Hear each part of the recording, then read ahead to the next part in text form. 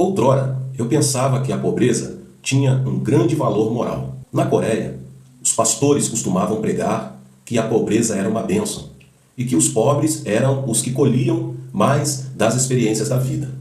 Contudo, esses mesmos pastores continuamente pediam que os membros de sua congregação dessem mais e mais dinheiro para a igreja, ensinando o valor da pobreza, também pregando o mérito do aumento das contribuições. Esta contradição me incomodava. Quando me tornei pastor, ofereci-me para pastorear numa área muito pobre da cidade de Seul. Os que viviam aí levavam vidas de pobreza e a maioria deles só fazia uma refeição por dia. As crianças sofriam de subalimentação e muitos estavam a ponto de morrer de fome. Percebi que a pobreza não era uma bênção de Deus. Foi então que li a Bíblia de novo, buscando uma solução. Queria conhecer a vontade de Deus acerca da pobreza. Descobri que o ensinamento de Deus a respeito da pobreza era completamente diverso do que me ensinaram na igreja coreana tradicional. Deus não criou a pobreza. Quando Deus formou o céu e a terra, fez tudo com abundância. Não havia privação no jardim do Éden. Era um lugar de beleza e abundâncias extremas. Então, Adão e Eva pecaram, e com o pecado veio o juízo. Adão e Eva foram expulsos do jardim da abundância. A serpente, instrumento de tentação de Satanás, foi amaldiçoada e condenada a rastejar sobre o próprio ventre. A maldição de Eva foram as dores de parto. A terra foi amaldiçoada e Adão, juntamente com todos os homens, que depois deles se seguiriam, deviam trabalhar a terra com o suor do seu rosto. Veja Gênesis 3,19. A pobreza é resultado do pecado. Cristo veio ao mundo não somente para levar nossos pecados, mas também desceu a fim de livrar-nos da maldição do juízo. Cristo nos resgatou da maldição da lei, fazendo Ele próprio maldição em nosso lugar. Gálatas 3:13. E porque Cristo levou nossos pecados sobre a cruz, já não precisamos estar sob a escravidão.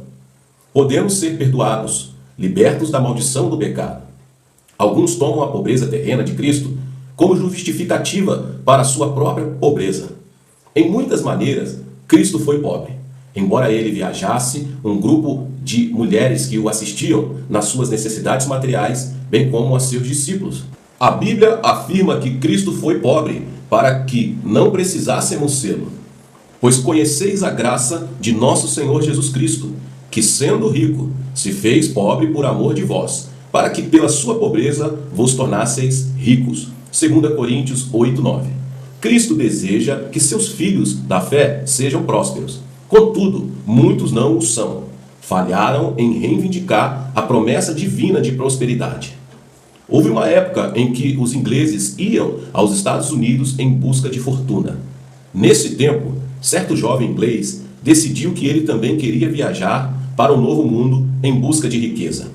Economizou o suficiente para comprar uma passagem de terceira classe em um navio e partiu para os Estados Unidos. Embora não lhe tivesse sobrado dinheiro para a comida, achava que sua aventura valia o sacrifício. Entrando no navio, desceu para a terceira classe. Na hora das refeições, ficava sozinho na escura cabine, imaginando o instante em que havia de chegar a Nova York. Mas esse instante foi atrasado por 2 semanas. Um furacão desviou o curso do navio e foram precisos 15 dias para que voltasse à rota original. No final dessas 2 semanas, o jovem estava morto de fome. Embora pudesse ver Nova York no horizonte, ele pensava: morrer de fome ou de castigo quando descobrirem no refeitório que não tinha dinheiro para pagar a comida não faz diferença alguma. De modo que, pela primeira vez, ele foi ao refeitório e pediu uma refeição completa. Devorou a comida como quem estivesse morrendo de fome. Pediu mais e comeu até satisfazer-se. Então voltou-se para o garçom, dizendo: a conta, por favor. Preciso ver quanto foi. O garçom ficou a olhar para ele. Que tipo de conta deseja o senhor? Bem, replicou o jovem satisfeito. Quero a conta de toda a comida que acabo de comer. Senhor, respondeu o garçom, ao comprar a passagem neste navio, comprou também as refeições de que precisaria durante a viagem. O senhor já pagou a conta. O jovem quase tinha morrido de fome. Contudo, havia pago a conta de toda a comida que desejasse. Muitos crentes agem como esse jovem. Recebem a passagem para o céu por meio da fé em Jesus Cristo. Pensam que mal podem chegar à salvação espiritual ao crer em Cristo. Mas nessa passagem há também a promessa de abundância. Cegos por seus próprios preconceitos, levam vida de escassez e a prosperidade parece-lhes algo impossível. Se você deseja tornar-se próspero, primeiro compreenda que Cristo já estabeleceu o fundamento. Por si mesmos, desejos de dinheiro, fama e prestígio jamais tocam o coração de Deus. Deus não concede bênçãos duradouras aos que têm somente aspirações egoístas. Quando comecei meu ministério, eu tinha motivos errados. Como resultado disso, passei por muitos períodos difíceis. Por causa deles, percebi a importância de motivação adequada e em tudo o que o cristão faz ou deseja fazer. Se você deseja ter prosperidade, examine o seu coração, a fim de descobrir os seus verdadeiros motivos. Você deseja a prosperidade como um meio de produzir mais frutos, ser mais produtivo para Deus? Você realmente se importa pelo bem-estar espiritual dos outros e deseja usar a prosperidade como um canal a fim de trazer mais gente para o reino de Deus? O desejo apenas de dinheiro tem invadido até mesmo as fileiras dos ministros evangélicos. Vários evangelistas famosos têm vindo à Coreia. Lembro-me de um em particular. Um evangelista veio vários anos atrás, a fim de realizar em nossa igreja, a meu convite, uma série de conferências de uma semana de duração. Antes de sua chegada, lancei uma extensa campanha de anúncio, alertando a tantos quanto possível das conferências que se seguiam. Nas primeiras 2 noites, o evangelista pregou sermões acima da média. Há grandes multidões e milagres aconteceram. Antes da reunião da 3ª noite, ele com firmeza asseverou: "Vou fazer a mala e partir imediatamente." "O quê?" respondi espantado. "Fizemos muita propaganda para estas reuniões. Você não pode partir." "E os milhares de pessoas que vêm de todas as noites só para ouvir falar?" "Bem," respondeu ele, "há uma maneira de eu ficar. Se você me der $1000, mas imediatamente ficarei. Se não, devo voltar para os Estados Unidos, a fim de levantar essa quantia." Meu coração queimava de raiva. Os pastores foram chamados para pregar o evangelho, não para ganhar dinheiro. Contudo, eu sabia que as pessoas viriam, esperando ouvi-lo. Olhei-o diretamente nos olhos e disse: "Se o dinheiro é tão importante assim para você, farei um cheque de $1000 agora mesmo, e ao receber o dinheiro, espero que você pregue o restante da semana." Daquela noite em diante, a presença especial do Espírito Santo ausentou-se. Os sermões já não tinham elementos da unção divina. As necessidades das pessoas já não eram tocadas por Deus. Foi uma das piores séries de conferências que nossa igreja já realizou. Em seu desejo único de dinheiro, aquele evangelista perdeu toda a prosperidade espiritual que as reuniões restantes poderiam ter trazido. Ele também nos tirou o ânimo de dar-lhe um grande honorário, previamente discutido. Nosso Pai Celeste conhece nossas necessidades e as há de suprir. Nossos motivos e prioridades, entretanto, devem ser ordenados de maneira correta. Ora, se Deus veste assim a erva do campo, que hoje existe e amanhã é lançada no forno, quanto mais a vós outros, homens de pequena fé. Portanto, não vos inquieteis, dizendo: que comeremos, que beberemos, pois vosso Pai Celestial sabe que necessitais de todas elas. Buscai, pois, em primeiro lugar o seu reino e a sua justiça, e todas estas coisas vos serão acrescentadas. Mateus 6, do 30 ao 33. Se você deseja tornar-se próspero, é importante que tenha motivação adequada. Coloque Deus em primeiro lugar em sua vida e ponha seus desejos primários na edificação do reino divino. Não sabeis que sois santuários de Deus e que o Espírito de Deus habita em vós? Se alguém destruir o santuário de Deus, Deus o destruirá. Porque o santuário de Deus, que sois vós, é sagrado. 1 Coríntios 3, 16 e 17. Deus chama o seu santuário de lar. O templo de Deus, para valer alguma coisa, deve ter o Espírito Divino habitando em seu interior. O santuário sem o Espírito de Deus é como um edifício vazio, quase sempre usado para guardar coisas inúteis. Entretanto, se compreendermos que o propósito do homem é ser santuário de Deus, lar de Deus, então nossa perspectiva se ajusta. Então podemos, com maior clareza, compreender por que devemos ser motivados a colocar Deus primeiro em nossos desejos de sermos prósperos. Então podemos perceber que o Espírito Santo, que em nós habita, pode dirigir nossos caminhos para maior prosperidade. Havia certo homem de negócio que cria com firmeza na liderança do Espírito Santo. Antes de qualquer decisão importante, ele se fechava em seu escritório, a fim de orar. Essas orações, pedindo a orientação, às vezes duravam de 10 minutos a 10 horas. Ainda quando pressionado por sócios que exigiam resposta imediata, esse homem de negócio recusava-se a confirmar qualquer decisão.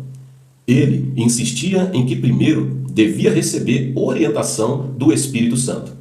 Toda decisão importante que ele tomava, quer fosse comprar ações de uma firma específica, unir duas companhias, quer vender parte do seu negócio, era baseada na direção do Espírito Santo. Disse que ele nunca cometeu um erro em suas decisões importantes. Ele não apenas se tornou um dos homens mais ricos em seu ramo de negócios, mas seus conselhos eram altamente procurados.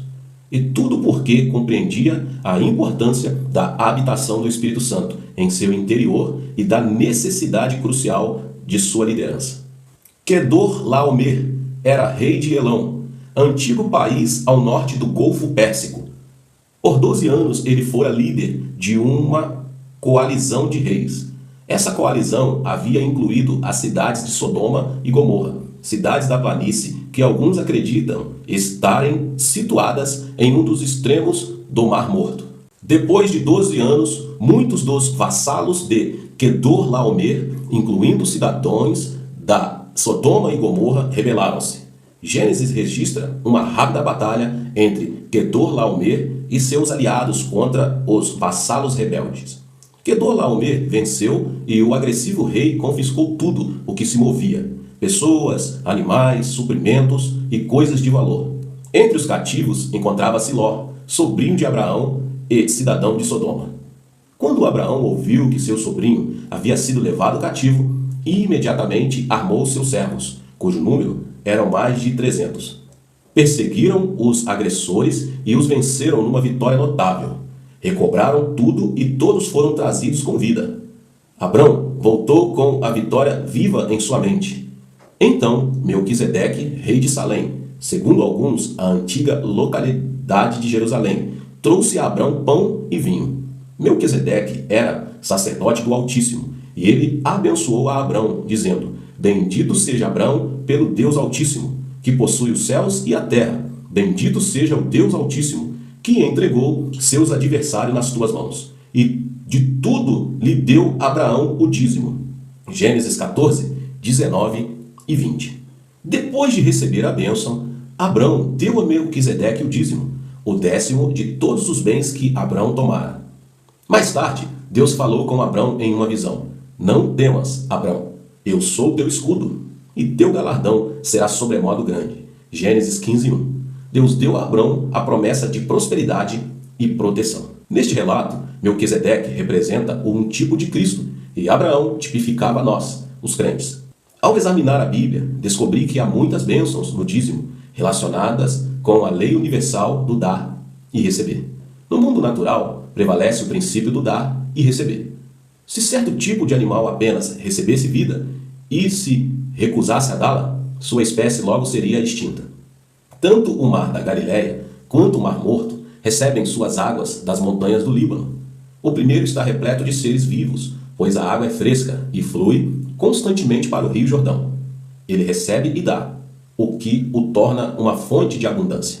O Mar Morto, contudo, faz jus a seu nome.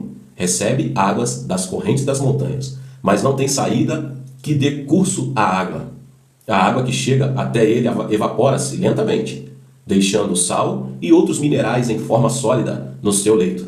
Nada pode viver em suas águas. Até mesmo no reino natural deve haver o dar e o receber. Tudo o que se recusar a dar tornar-se-á inútil e perecerá. Os fiéis patriarcas de Israel mostraram-nos que o dízimo, importante forma de dar a Deus, na realidade, é fonte de tremenda prosperidade. Abraão deu o dízimo, Isaque e Jacó deram o dízimo. Examinando as vidas destes homens, percebemos que nunca sofreram os efeitos da pobreza por longos períodos de tempo. Eram homens ricos, Todos eles passavam por várias provas e tribulações, mas nenhum deles morreu de fome e sempre tiveram bastante para dar aos outros. No livro do Gênesis, há o relato de um voto que Jacó fez a Deus antes de sair do seu lar para ir viver com o tio. Se Deus for comigo e me guardar nesta jornada que empreendo, e me der pão para comer e roupa para me vestir, de maneira que eu volte em paz para a casa de meu pai, então o Senhor será o meu Deus, e a pedra que erigi por coluna será a casa de Deus, e de tudo quanto me concederes, certamente eu te darei o dízimo. Gênesis 28, 20 ao 22. Jacó conhecia a lei universal do dar e receber. Ele sabia que, se desse o dízimo, Deus o abençoaria com a prosperidade. Mais tarde, Deus fez do dar o dízimo um mandamento. Trazei todos os dízimos à casa do tesouro, para que haja mantimento na minha casa. E provai-me nisto, diz o Senhor dos Exércitos, se eu não vos abrir as janelas do céu, e não derramar sobre vós bênçãos sem medida. Malaquias 3,10.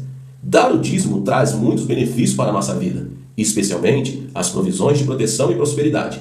Se você der a Deus, Ele dará muito mais abundantemente para você. Dar o dízimo deve ser uma prática prioritária, e o dízimo deve ser tirado de sua renda total. Honra o Senhor com os teus bens e com as primícias de toda a tua renda, e se encherão fartamente os teus celeiros e transbordarão de vinho os teus lagares. Provérbios 3, 9 e 10. O dízimo, a 10ª parte de toda a renda, traz em si promessas de bênção e prosperidade. Muitos crentes, ao receberem seu salário, primeiro pagam as suas dívidas, então dão o dízimo do que lhes sobra. Isso, contudo, não é o dízimo genuíno. Ele deve ser as primícias da renda total da pessoa, dado para a glória de Deus. Deus respeita os fiéis que dão o dízimo desta maneira e os abençoa abundantemente. Outros acham que são eles que devem decidir a quem dar o dízimo. Enviam-no para alguma igreja pequena na roça, ou para uma família que passa necessidade. Este também não é o modo certo de dar o dízimo. O dinheiro do dízimo deve ser dado ao Senhor por meio da igreja local onde a pessoa assiste. Lembre-se que Abraão pagou o dízimo ao rico rei de Salém, e foi pela boca desse rei que Abraão recebeu as bênçãos de Deus. Onde quer que você receba o pão e vinho da palavra de Deus, lembre-se de daí pagar fielmente o dízimo de toda a sua renda. Se você não seguir o padrão que Deus estabeleceu para o dízimo, ele não será reconhecido. Você será incapaz de receber a bênção total de prosperidade que Deus deseja dar-lhe. Muitos argumentam contra o dízimo, afirmando que a prática de dar o dízimo pertenciam apenas à lei do Antigo Testamento. Agora, uma vez que vivemos sobre a graça, dar o dízimo já não se aplica, raciocinam eles. Mas a prática do dízimo está tão viva hoje como esteve durante os dias do Antigo Testamento. O próprio Jesus deu o dízimo. Em admoestação contra os hipócritas religiosos, Jesus declarou: ai de vocês, escribas e fariseus, hipócritas, pois dão o dízimo da hortelã, do endro e do cominho, e tendes negligenciado os preceitos mais importantes da lei, a justiça, a misericórdia e a fé. Devíeis, porém, fazer estas coisas sem omitir aquelas. Mateus 23, 23. Nesta passagem bíblica, Jesus falou da importância de dar o dízimo e da necessidade que temos de não perder a perspectiva. Ao olharmos para a história e para as nossas próprias experiências, vemos que a prática do dízimo tem trazido muitos benefícios. Por toda a história, as nações que deram foram as que prosperaram. E isto torna-se evidente em várias civilizações ocidentais, particularmente nos Estados Unidos. Depois de receber a Cristo em sua cultura e aprender de sua palavra, os norte-americanos começaram a enviar missionários e começaram a dar dízimo e ofertas para ajudar os outros. Por esse motivo, Deus tem abençoado os norte-americanos, fazendo-os prosperar. Nos países do Oriente e da África, a história tem sido diferente. Encontram-se nestas áreas vastos recursos naturais, mas a maioria dos países dessa região ainda não tiveram o privilégio de desenvolver e usar tais recursos. Tem negado o Evangelho de Jesus, e seu povo tem falhado em partilhar as bênçãos materiais com outros. Na Coreia existiu um homem que durante sua juventude viveu na pobreza. Com a idade de 50 anos, assistiu a um culto pela primeira vez, ouviu o sermão atentamente sobre o dízimo e a prosperidade que se seguiria. Então, sentiu que devia começar a dar o dízimo. Uma vez que minha renda é tão pequena, pensou ele, dar um décimo dela para Deus vai fazer bem pouca diferença. Mais tarde, ele se tornou crente e começou a dar o dízimo com regularidade. Antes, ele nunca tivera um emprego firme. Depois de começar a dar o dízimo, contudo, conseguiu um emprego de vendedor para uma companhia de aço. De súbito, teve grande sucesso e tornou-se dono da filial onde trabalhava. Em 12 anos ficou rico.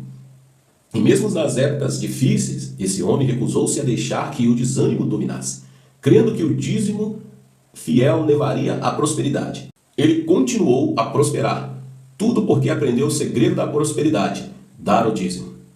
Conta-se a história de dois homens, um crente e um incrédulo, que decidiram iniciar um estabelecimento comercial juntos. O sócio não crente fazia $20.000 por ano. O crente, embora ganhasse apenas $12 por ano, dava fielmente o dízimo todos os meses. Entretanto, evidenciou-se uma diferença estranha. Embora o não crente ganhasse mais dinheiro, não tinha prosperidade. Sua família, com frequência, sofria doenças. As contas médicas se amontoavam e ele carregava o fardo de pesada pressão financeira. O crente, que pagava os dízimos, tinha prosperidade em abundância. Abençoado não apenas em seu negócio, ele também tinha prosperidade de paz e harmonia em sua vida pessoal. Se você deseja tornar-se próspero, não negligencie o pagamento dos seus dízimos a Deus. O dar o dízimo traz promessa divina de prosperidade a seu povo. E esta prosperidade não se limita ao reino material. Deus também o abençoará com prosperidade de paz, alegria, saúde e harmonia em seu lar. Por meio da morte de Cristo na cruz, foi lançado o fundamento da prosperidade de cada crente. Nossas passagens para o céu não estão limitadas apenas à salvação espiritual, mas inclui também promessas de bênção e prosperidade, que devem ser reivindicadas pelos que possuem a fé que vem de Deus. O tornar-se próspero, em parte, é questão de motivação. Você e eu devemos compreender que o propósito do homem é ser o templo do Espírito Santo de Deus e desejar continuamente ter a direção do Espírito em nossa vida. Devemos colocar Deus em primeiro lugar em tudo o que fazemos, lutando primeiro para estabelecer ainda mais o reino de Deus. Dar o dízimo regularmente para a igreja local em que a pessoa assiste é um segredo-chave para tornar-se próspero, uma parte da lei universal do dar e receber.